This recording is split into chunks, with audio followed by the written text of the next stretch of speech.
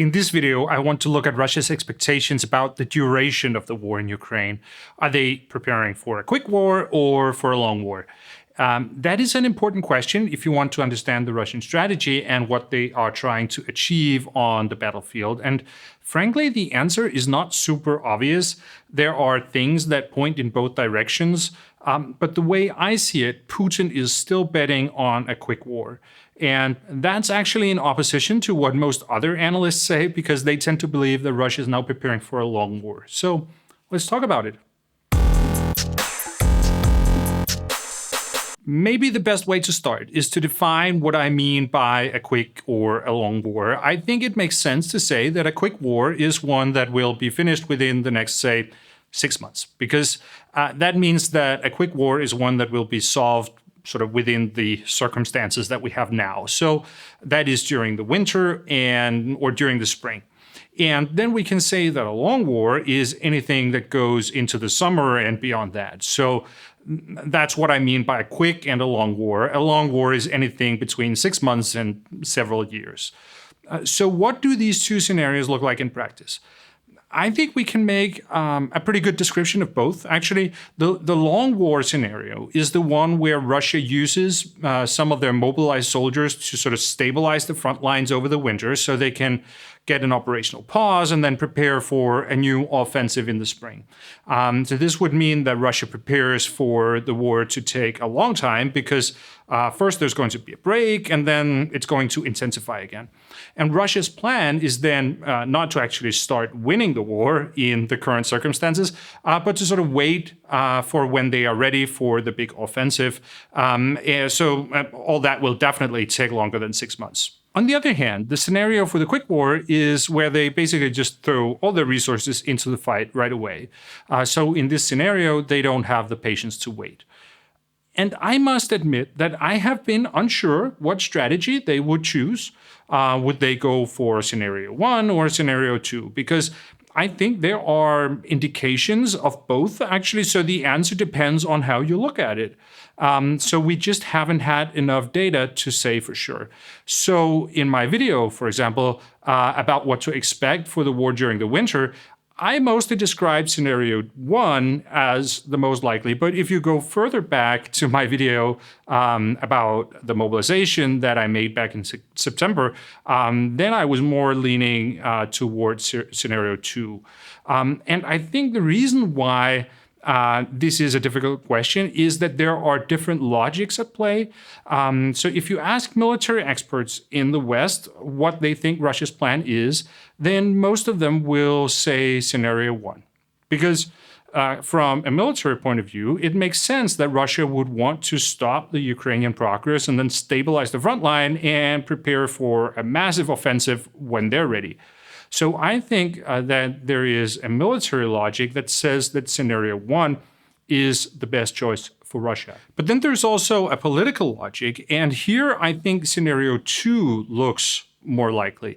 As I've described in several videos, Putin has a problem where he is caught between some sort of right-wing warmongers that want him to make a bigger war so that they can win in Ukraine, and the population that is skeptical. Putin has spent his first 22 years in power trying to make the population as disengaged from politics as possible, and he largely succeeded.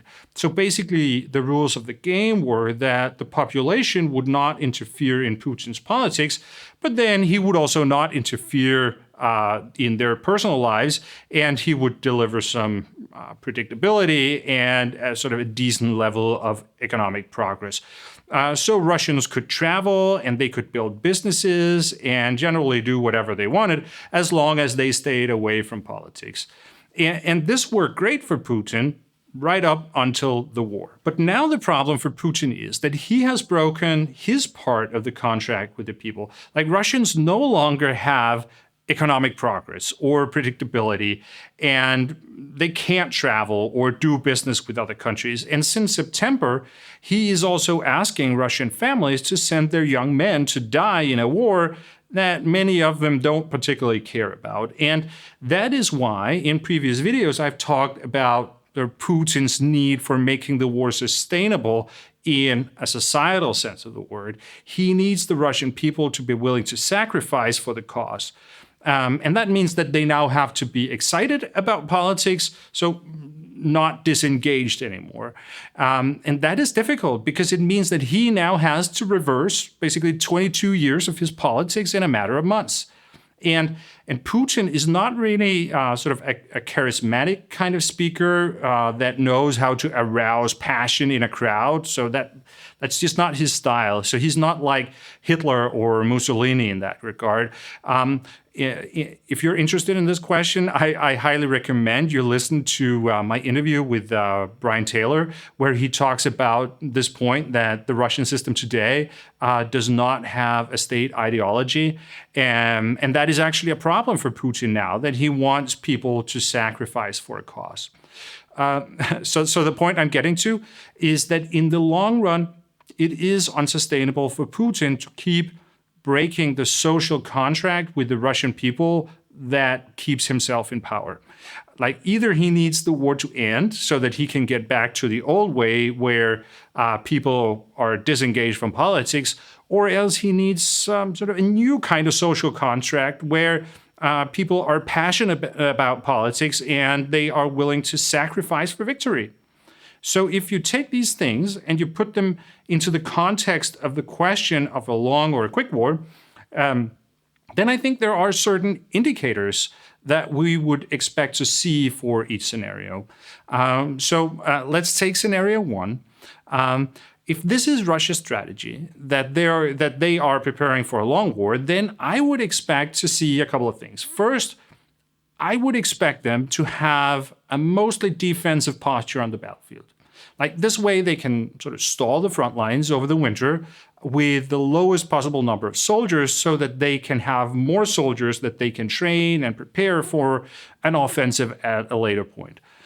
So I would not expect them to do any kind of major offensive operations right now. But this is, in fact, exactly what they're doing.